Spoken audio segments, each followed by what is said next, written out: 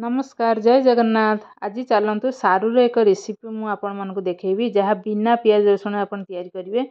से दरकार सारू, दही, धनिया पत्र, अदा, कंचा लंका। प्रथमे धनिया पत्र, अदा, कंचा लंका, दही किसी जीरा मिसई ताको भल भाव में पेस्ट करदेवे।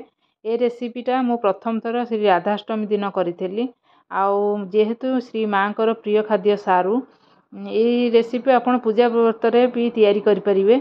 मुझे आपको फास्ट टाइम खाई बहुत ही बढ़िया लगी, जना भी पड़ नाला यहाँ सारू रे तैयारी बोली। जो मैंने सारू खाइबा को पसंद भी करती थे रेसिपी कर दिंतु आ जानी भी पारे आ खाइबा को बहुत ही बढ़िया लगे। एथिपाई आपण प्रथमे कड़ाई रे किछि घी देबे।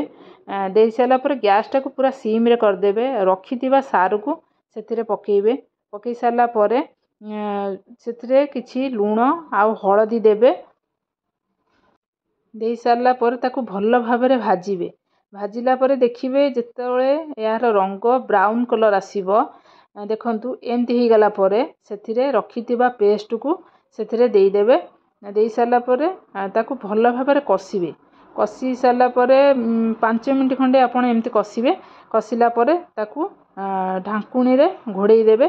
घोड़े सारा पर 5 मिनट पर पुणी ताकू बाहर करदेवे। ढांकुणी बाहर कर सारा पर पुणी एमती आपन टे कषिबे। कषिला पर देखिए तार धीरे धीरे ता कलर चेंज हो।